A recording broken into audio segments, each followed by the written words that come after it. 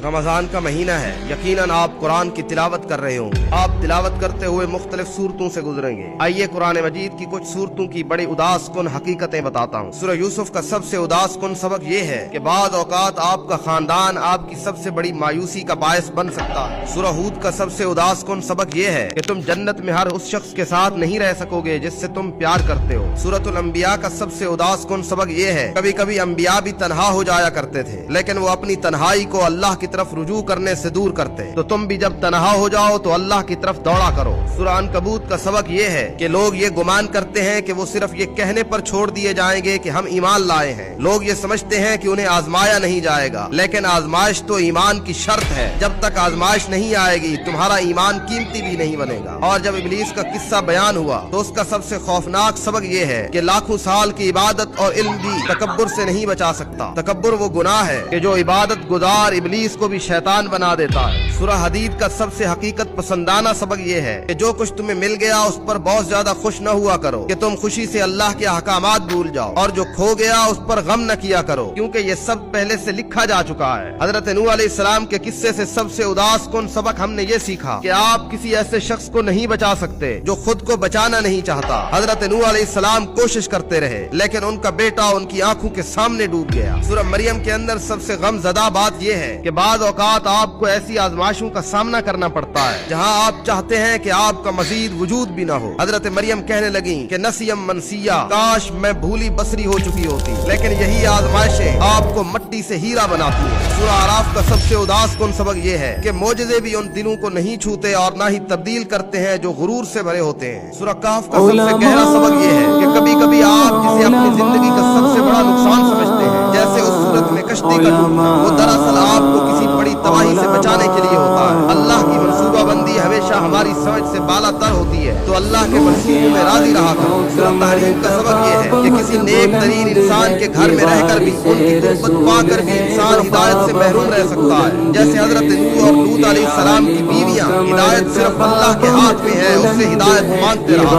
हजरत इब्राहीम अलैहिस्सलाम के किस्से में सबसे उदास बात यह है कि ईमान की वजह से कभी बाप और बेटे को भी अलग होना पड़ सकता है। अल्लाह के दिए गए इम्तिहानों को पास करने के लिए अपनी औलाद को जंगलों में छोड़ना पड़ सकता है। ये कुरान के कुछ मुख्तसर से सबक थे। कुरान को पढ़ते रहा करो। कुरान तुम्हें जिंदगी जीने के गुर सिखाता है। कुरान से लगे रहोगे तो कुरान तुम्हें गिरने नहीं देगा।